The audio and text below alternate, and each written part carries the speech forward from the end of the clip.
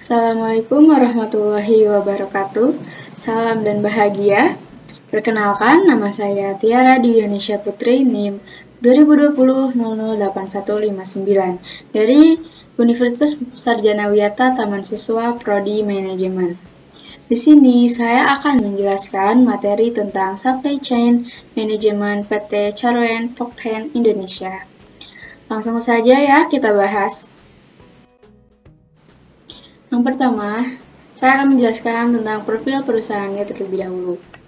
PT Charoen Pokpen Indonesia didirikan pada tanggal 7 Januari 1972 di hadapan seorang notaris Dr. Andes Geden Ngurah Rai berdasarkan Akta Nomor 6 di Jakarta dan bergerak pada bidang produksi dan perdagangan pakan ternak di atas lahan seluas 27.284 meter persegi dengan kapasitas 20.000 ton per tahun.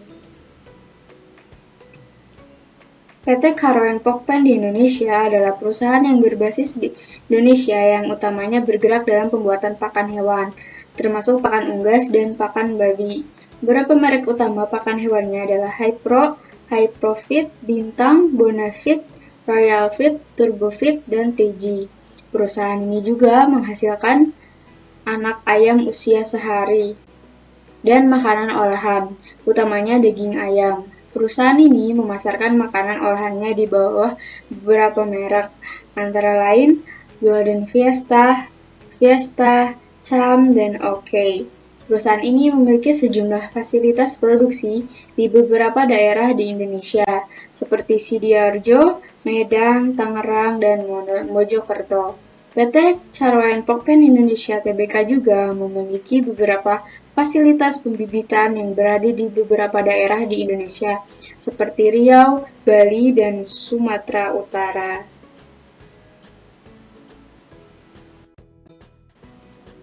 Nah, sebelum kita menjelaskan tentang supply chain management di PT Charoen Pokpen Indonesia, saya akan menjelaskan dulu apa itu supply management. Supply chain management merupakan pengelolaan berbagai kegiatan dalam rangka memperoleh bahan mentah. Dilanjutkan kegiatan transformasi sehingga menjadi produk dalam proses, kemudian menjadi produk jadi dan diteruskan dengan pengiriman kepada konsumen melalui distribusi. Selanjutnya, supply chain management mencakup 3 bagian. Yang pertama itu ada upstream supply chain, yaitu bagian ini mencakup supplier dari organisasi atau dapat berupa perusahaan manufaktur atau assembling dan suppliernya yang di dalamnya telah terbina suatu hubungan atau relasi kerjasama. Bagian yang kedua itu internal supply chain. Bagian ini mencakup semua proses yang digunakan oleh organisasi dalam mengubah input yang dikirim oleh supplier menjadi output, mulai dari waktu material tersebut masuk pada perusahaan sampai pada produk tersebut didistribusikan keluar perusahaan tersebut. Yang ketiga ada downstream supply chain. Bagian ini mencakup semua proses yang terlibat dalam pengiriman produk pada customer akhir. Nah, sekarang kita bahas tentang supply chain management dari PT Charoen Pokpen. Pertama, bagian pertama itu kita jelaskan upstream supply chain. PT Charoen Pokpen Indonesia memproduksi berbagai macam produk olahan daging ayam. Produk yang menjadi unggulan perusahaan ini adalah nugget ayam. Bahan baku yang digunakan untuk pembuatan nugget ayam adalah ayam boiler, bumbu atau premix, serta plastik yang aman bagi pangan untuk mengalir produk. Yang pertama kita bahas ayam boiler. Ayam yang digunakan untuk produksi nugget dan sosis adalah ayam boiler. Ayam boiler merupakan jenis ayam yang dalam proses pengolahannya akan menjadi makanan olahan daging ayam. Superior dalam tingkat kualitas ayam menunjukkan bahwa ayam tersebut adalah grade pertama, meskipun standar superior sendiri berbeda untuk masing-masing peternakan. Ayam boiler yang digunakan oleh PT Charoen Pokpen Indonesia Food Division Plant Salatiga berasal dari PT Charoen Pokpen Indonesia Food Division Plant Salatiga Jaya Farm yang merupakan supplier dan merupakan bagian dari grup PT Carwen Pokpen Indonesia Food Division Plant Salatiga. Yang kedua itu bumbu. Bumbu berfungsi untuk memberikan rasa pada produk yang dihasilkan. Bumbu yang digunakan sebagai bahan pendukung pembuatan produk merupakan bumbu terbaik yang didapat langsung dari supplier, terutama dalam hal warna dan rasanya. Jadi uraian tentang bahan baku dan pemasok, supplier dari sektor hulu yaitu PT Carwen Pokpen Indonesia Food Division Salatiga Farm yang merupakan bagian dari grup pemasok ayam boiler. Yang tiga, bahan pengemas dan pemasok bahan pengemas. Plastik merupakan bahan pengemas yang langsung kontak dengan produk. Plastik yang digunakan terbuat dari bahan tahan dingin. Sebelum plastik digunakan untuk proses produksi, plastik disimpan dalam dry store. Supplier untuk kemasan plastik nugget dan sosis yaitu PT Sarana Prima. Yang kedua kita bahas internal supply chain. Dalam pembuatan nugget ini, yang pertama ada kita proses di meat preparation. Dalam proses ini terdapat beberapa langkah. Yang pertama, penggilingan daging. Daging ayam telah dipilih dan berada di chill room dipindahkan ke dalam mesin autogrind untuk dilakukan penggilingan. Pada mesin autogrind terdapat dua ulir di bagian atas yang berfungsi untuk mendorong adonan ke bawah, sedangkan ulir di bagian bawah berfungsi untuk membawa adonan ke pre-cutter, cutter, dan whole plate. Proses penggilingan daging ayam pada mesin autogrind dilakukan selama kurang lebih 2 menit, tapi lamanya proses penggilingan daging tergantung dari spesifikasi tiap produk. Langkah kedua itu pencamparan adonan. Daging yang telah digiling kemudian dimasukkan ke dalam mesin Unimix untuk dicampur dengan beberapa bahan baku penunjang seperti tepung terigu, tepung jagung, dan campuran bumbu-bumbu. Selanjutnya itu pencetakan adonan, battering, dan breading. Setelah adonan dimixing, kemudian dimasukkan ke dalam mesin Risco. Di dalam mesin tersebut, adonan akan disalurkan ke mesin reformer untuk dilakukan pencetakan adonan. Pada mesin reformer, jumlah stroke, tekanan, dan kecepatan belt yang digunakan sesuai dengan standar. Ketika adonan tercetak, proses selanjutnya yaitu proses battering. Proses battering merupakan proses mencelupkan adonan yang telah tercetak ke dalam butter sebelum produk dimasak. Butter dibuat dengan mencampurkan tepung jagung, air, dan bumbu-bumbu dengan menggunakan butter mixer dengan viskositas dan salinitas sesuai dengan standar. Setelah produk dilapisi dengan butter, proses selanjutnya adalah breading. Proses breading merupakan proses penambahan pelapis atau coating dengan menggunakan breadcrumb atau tepung roti. Proses ini berguna untuk melindungi produk dari kerusakan ketika proses pemasakan produk. Nah, proses yang kedua yaitu proses cooking. Dan proses cooking terdapat beberapa langkah, yaitu yang pertama pemasakan produk.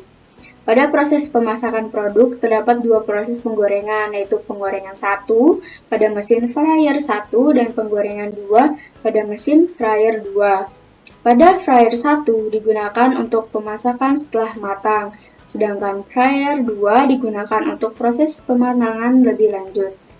Proses penggorengan yang digunakan yaitu dengan metode continuous deep fat frying. Metode ini merupakan metode dengan cara menjalankan produk di atas conveyor yang secara langsung terendam di dalam medium minyak panas. Setelah melewati fryer 2, dilakukan penyortiran nugget yang bentuk dan ukurannya tidak sesuai dengan spesifikasi yang ditetapkan, dan kemudian nugget tersebut dilakukan proses rework. Yang selanjutnya itu pembukuan produk. Setelah disortir, nugget yang sesuai spesifikasi kemudian dilakukan proses pembekuan dengan menggunakan mesin IQF atau Individual Quick Freezing. Lama pembukuan di dalam IQF sekitar 30 menit sampai 1 jam. Produk yang telah digoreng akan memiliki suhu tinggi, sehingga dengan proses pembekuan menggunakan IQF diharapkan suhu produk menurun hingga mencapai suhu minus 18 derajat. Nah, proses yang terakhir yaitu proses packing. Proses packing yang pertama, produk nugget yang sudah beku di mana telah dilakukan proses pembekuan dengan mesin IQF. Selanjutnya dibawa ke bucket elevator menggunakan conveyor yang kemudian ditimbang pada mesin MHW atau multi height weighter.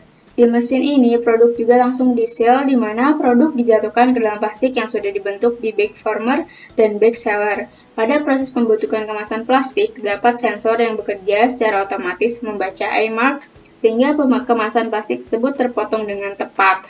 Pada saat pembentukan kemasan plastik tersebut juga dilakukan printing kode produksi dan expiry date.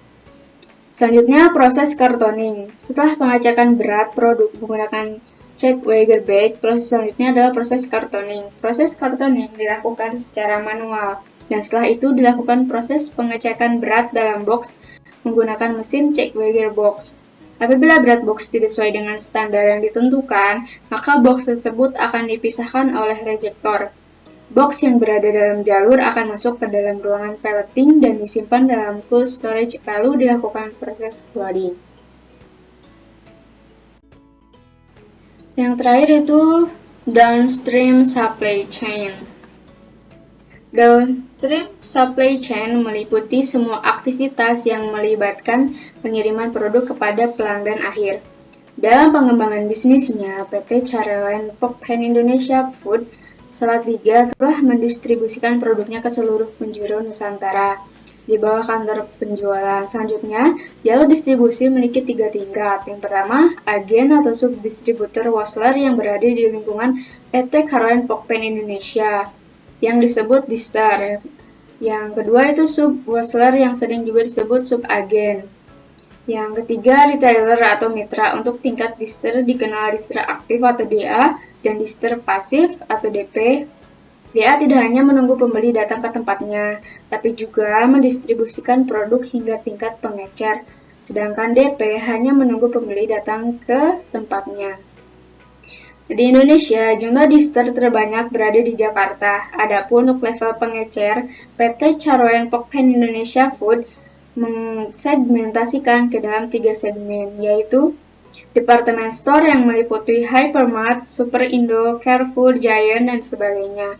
Mitra yang meliputi usaha kecil menengah atau UKM, koperasi, pasar, toko kelontong, dan pemakai akhir.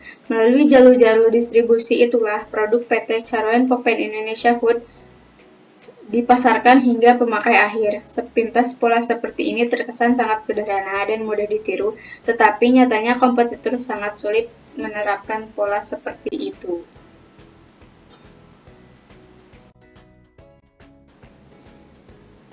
Sekian, terima kasih penjelasan dari saya. Mohon maaf bila ada kesalahan. Wassalamualaikum warahmatullahi wabarakatuh. Salam.